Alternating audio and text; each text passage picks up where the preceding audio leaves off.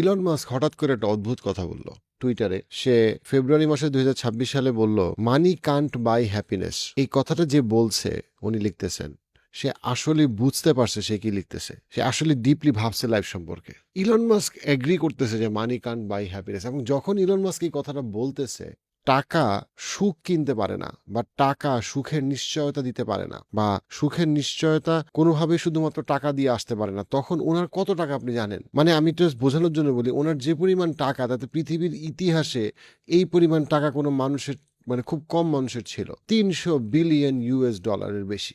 300 billion US dollar যদি আপনি বাংলাদেশ টাকায় কনভার্ট করেন, শূন্য দিতে দিতে আপনার অস্থির লাগবে। মানে কত লক্ষ কোটি টাকার বেশি সে বলতেছে। এখন এই কথা শুনে আপনার কাছে মনে হয় যে, আরে ভাই, এত টাকা থাকলে আমার যদি কেউ লক্ষ কোটি টাকা দিত, তখন আমার ওই লক্ষ কোটি টাকার সিংহাসনে বসে আমারও বলতে ভাল লাগতো, ওহ ভাল লাগতেছে না, আজকে গরম, আজকে ঠান্ডা। ও কিন্তু আমার তো টাকাই নেই, আমি তো ছোট চাকরি করি বা ছোট ব্যবসা করি। কিন্তু ভাই, আপনি জিনিসটা ডিপলি চিন্তা করতেছেন না। আপনি ডিপলি চিন্তা করতেছেন না। সূরা বাকারার 268 নম্বর আয়াতে আল্লাহ আযজা ওয়া জাল বলছেন, শয়তান তোমাদেরকে প্রতিশ্রুতি দেয়। কিসের? ওয়ার্ডটা খুব, প্রতিশ্রুতি দেয় দারিদ্রতার, যে তুমি গরিব হয়ে যাবা, ফকির হয়ে যাবা, ব্যাংক্রাফট হয়ে যাবা। এবং তোমাদেরকে নির্দেশ দেয় শয়তান কিসের? অশ্লীলতার। আমাদের প্রোগ্রামের টাইটেল স্পন্সর স্কাই বাই বিডির কাছে বিশেষ কৃতজ্ঞতা। 2 লক্ষের বেশি উদ্যোক্তা তাদের সাথে অলরেডি কানেক্টেড।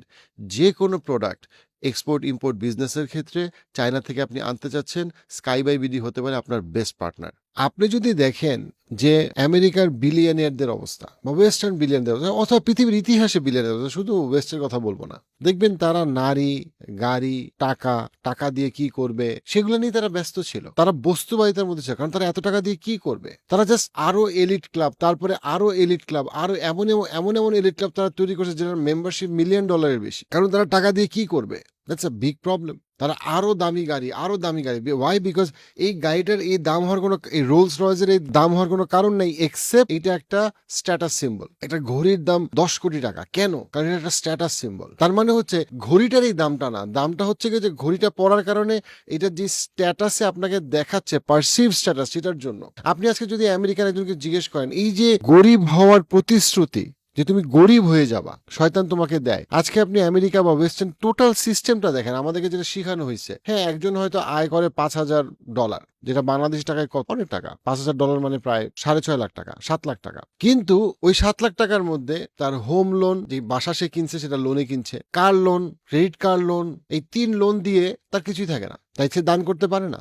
অনেকেই পারে না। কেন? ইনকাম তো তোমার অনেক বেশি, কিন্তু আমি তো লোনের উপরে আসি। আপনি ওয়েস্টের টোটাল সিস্টেমটাই লোনের উপরে। যারা বড় লোক হয় তারাও লোনের উপরেই থাকে। কি করে দেখেন, সে স্যালারি নেয় না। ইলন মাস্ক বলেন, জেফ বেজোস বলেন, এরা স্যালারি নেয় না, কারণ স্যালারি নিলে ট্যাক্স বেশি, বিশাল ট্যাক্স দিতে হবে। তো কি করতে হবে? আমাকে শেয়ার কিনে, কোম্পানির শেয়ার নেয়। আচ্ছা, কোম্পানির শেয়ার নেওয়ার পরে কি করে? ওই শেয়ার দেখায় ব্যাংকের থেকে লোন নেয়। কেন? কারণ ওই লোনের উপরে কোনো ভ্যাট ট্যাক্স নাই। পুরো সিস্টেমটা চলতেছে এই লোনের উপরে। আমাদের পুরো রমাদান প্রোগ্রাম পাওয়ার্ড বাই আম্রপালি, আপনার ইফতারের সাথে। পুরা দেশের আমেরিকার $40 ট্রিলিয়ন লোন, পুরা পৃথিবীটাই লোনের উপরে আছে। এটা কোথা থেকে শিখানো হয়েছে? ইন্সপায়ার করছে কে? শয়তান। এটার ইন্সপিরেশনটা কে দিছে? শয়তান ইন্সপিরেশন দিছে যে তুমি তো গরিব হয়ে যাবা, তুমি লোনে থাকো। পুরো সিস্টেমটা লোন বেস করো। কেন? কারণ তখন মানুষের দান করার অভ্যাস, ইচ্ছা থাকবে কেমনে? পুরো মিডল ক্লাসের দান করার ইচ্ছা অভ্যাস থাকবে কেমনে? বাংলাদেশের একজন ভদ্রলোক আমাকে বলছিল, আমি দেখি উনি অনেক বড় লোক, অনেক টাকা খরচ করতেছে, বিজনেস ক্লাসে চলতেছে। বলে, ভাই আমার তো জাকাত। আমি বলি, আপনার জাকাত নাই? আপনি বিজনেস ক্লাস, ফার্স্ট ক্লাসে চলাফেরা করেন, এত দামি গাড়িতে চড়েন, এত দামি বাড়িতে থাকেন, আপনার জাকাত নাই? বলে যে না। যে কেন জাকাত নাই? বলে যে ভাই, আমার তো 200 কোটি টাকার ঋণ আছে ব্যাংকের। তো 200 কোটি টাকা যদি ব্যাংকের ঋণ থাকে, তাহলে আমি জাকাত দিব কেমনে? আমার তো, মানে ঋণগ্রস্ত মানুষের আবার জাকাত হয় কেমনে? আমি বলি যে ভাই, চিন্তা করি যে শয়তান তো মনে হয় আপনার ছাত্র, আপনি শয়তানের ছাত্র ছিলেন অনেক আগে, এখন শয়তান আপনার ছাত্র। আপনার অবস্থা হয়েছে এরকম যে শয়তান আপনার ছাত্র, শয়তান আপনার কাছে হালকা পড়াশোনা করতে আসতে পারে রাতের বেলা, শয়তান আপনার খাতা দেখে লেগে পাশ করার জন্য, এরকম অবস্থা। এবং এই যে ইন্সপিরেশনটা বাইরে থেকে আসছে, যে তুমি ঋণে থাকো, তুমি লোনে থাকো, লোন কোনো ব্যাপার না, লোন তোমার শোধ করার দরকার নেই, তুমি নেগোশিয়েট করতে পারবা, টার্মস এন্ড কন্ডিশন দেখাইতে পারবা, অনেক কিছু হইতে পারে। বাংলাদেশে কি আমরা দেখি না যে বড় বড় কোম্পানিরা 500 টাকার কোম্পানি নেয়, 1,000 কোটি টাকার লোন ফেরত দেওয়ার নাম করে না। এবং যখন আপনি মানুষকে জিজ্ঞেস করেন, ও আমি তো দান করতে পারবো না, আমি তো আসলে আমার ওই কমিটমেন্ট আছে, এবং তারপরে আমার ছেলে মেয়েকে এত টাকার অ্যাসেট দিয়ে যেতে হবে, দানটা আর করা হয় না। এবং 268 নম্বর আয়াতের আগের আয়াতগুলো যদি আপনি দেখেন, সূরা বাকারার 260 থেকে 268, আল্লাহ আযza ওয়াজাল বারবার বলতেছেন, জান্নাতের গ্যারান্টি দিচ্ছেন, তোমাদেরকে আল্লাহ আযza ওয়াজাল যা দিছেন সেটা উৎকৃষ্ট ভালো জিনিস আল্লাহ তোমাকে দিছে। আল্লাহ তোমারে ভালো অক্সিজেন দিছে, আল্লাহ তোমারে ভালো হাত পা চোখ নাক কান দিছে। তুমি যখন দান করবা আল্লাহর পথে, তুমি ভালো জিনিস দান করো। আমাদেরকে হাদিসে বলা হয়েছে দান সাক্ষী। কিসের সাক্ষী? যে তুমি আল্লাহকে বিশ্বাস করো, কিয়ামত দিনে বিশ্বাস করো। কিন্তু শয়তান তোমাকে কি বলে? না না না না না না, তুমি ফকির হয়ে যাবা, তোমার ছেলে মেয়ের কিছু থাকবে না, অর্থনৈতিক মন্দা, সারা জীবন জনম অর্থনৈতিক মন্দা, তোমার কোনো টাকা দিয়ে তোমার হচ্ছে না। তোমার যদি 20% বেতন বাড়ে, তোমার 40% খরচ তুমি বাড়াও। কোনো দেশ বিদেশ ঘুরে তোমার মন ভরতেছে না, কেন?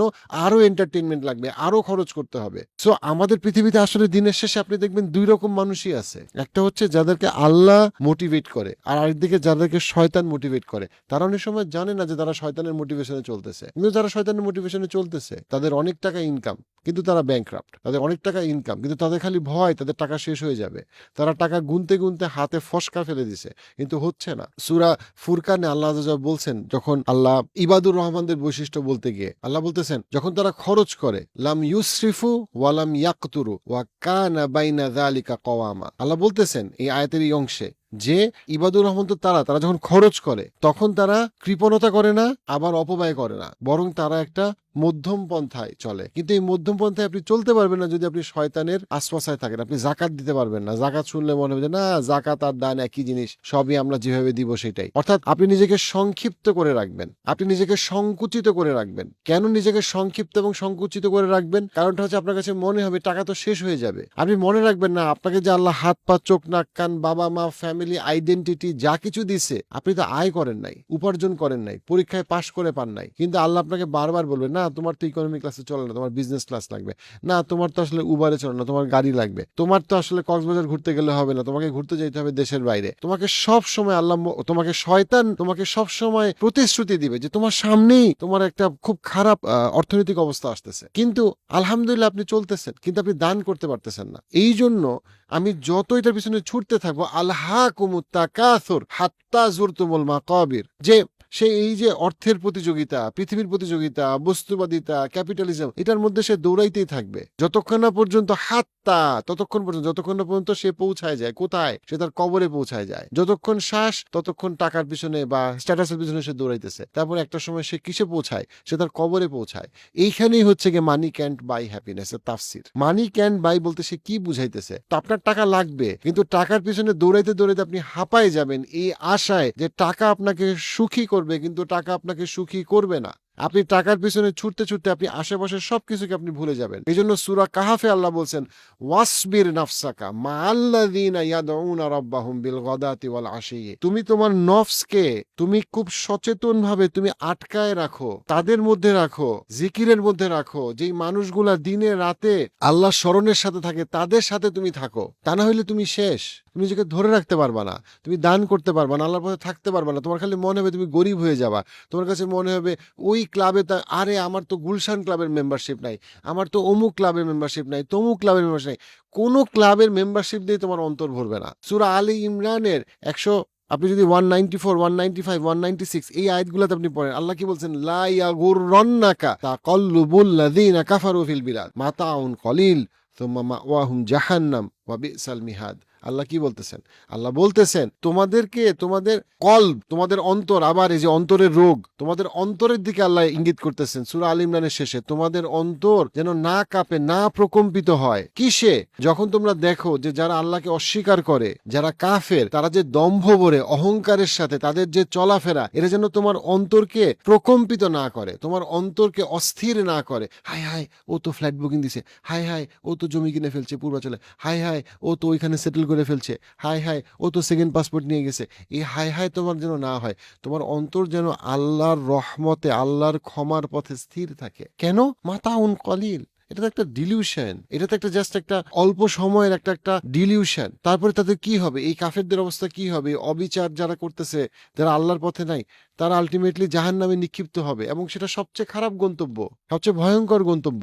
অর্থাৎ আমাদের মানি কান্ট বাই হ্যাপিনেস, এটা কোরআনে বলা আছে যে তুমি কবর পর্যন্ত টাকার পিছনে ছুটবা, শেষ পর্যন্ত তুমি মনে করবা যে তুমি তো কিছুই পাইলা না, তোমার সমস্ত এফোর্টই বৃথা। কারণ তোমার যেই সুখী এবং সফল হওয়ার যেই প্রতিশ্রুতি শয়তান তোমাকে দিছে, কিভাবে যে তুমি গরিব হওয়া অ্যাভয়েড করো, ঠিক আছে, তুমি কোনোভাবে তুমি গরিব হয়েও না, তুমি গরিব হয়ে যেতেছো, এই ভয়ে তুমি যে টাকার পেছনে ছুটতেছো যেন তুমি দরিদ্র না হও। ছুটতে ছুটতে তুমি একটা সময় বুঝতে পারবা টাকা তো অনেক হইলো, সুখে থাকা তো হইলো না, পরিবার তো হইলো না। আপনি ইলন মাস্কের ফ্যামিলি দেখেন, কয়টা বউ, কয়টা বাচ্চা, কোনো কিছু কোনো ঠিক নাই। এবং আপনি বেশিরভাগ যদি আপনি দেখেন, আপনি লিওনার্দো ডিক্যাপ্রিওকে দেখেন, যে হলিউডের সবচেয়ে সফল তারকাদের একজন, কত মেয়ের সাথে ঘুমাইতেছে, কি করতেছে। আপনি কি চান আপনার ছেলে এরকম ভবঘুরের মতো বিভিন্ন সময় বিভিন্ন মেয়ের সাথে ঘুরুক, এক গাদা টাকা থাকুক, কোনো পরিবার নাই, কোনো স্টেবিলিটি নাই? এবং ইসলাম আমাদেরকে বলে যে এক্স্যাক্টলি শয়তান তোমাদেরকে প্রতিশ্রুতি দেয় যে তোমরা গরিব হয়ে যাবা, যেটার ভয়ে তুমি টাকার পেছনে দৌড়াবা, এবং তোমাকে